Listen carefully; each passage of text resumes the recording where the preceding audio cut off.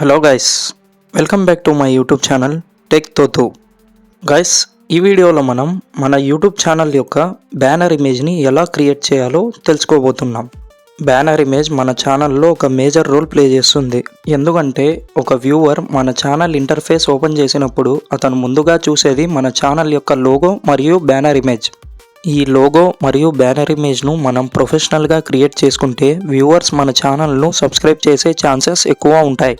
ఒకవేళ మీకు మీ ఛానల్ యొక్క లోగోను ప్రొఫెషనల్గా క్రియేట్ చేయడం తెలియకపోతే ఆల్రెడీ మన ఛానల్లో ప్రీవియస్ వీడియో అప్లోడ్ అయ్యి ఉంది, వెళ్ళి చూసేయండి.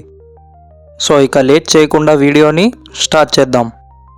ముందుగా మీ మొబైల్లో పిక్సార్ట్ యాప్ని ఇన్స్టాల్ చేసుకోండి. ఒకవేళ ఆల్రెడీగా ఉంటే ఓపెన్ చేయండి.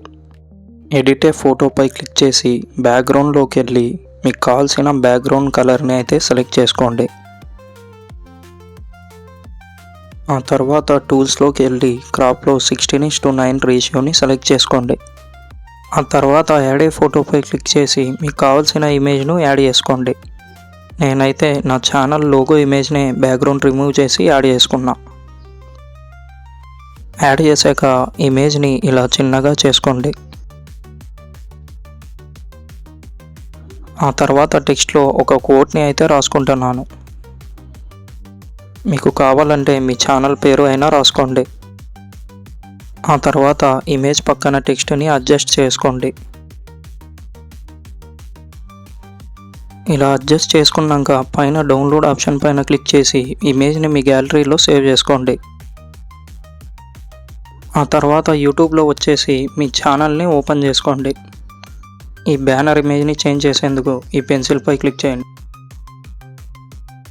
ఇప్పుడు బ్యానర్లో కనిపిస్తున్న కెమెరా లోగోని క్లిక్ చేసి చూస్ ఫ్రమ్ యువర్ ఫొటోస్లోకి వెళ్ళి మనం ఇంపోర్ట్ చేసుకున్న ఇమేజ్ను సెలెక్ట్ చేసుకోవాలి.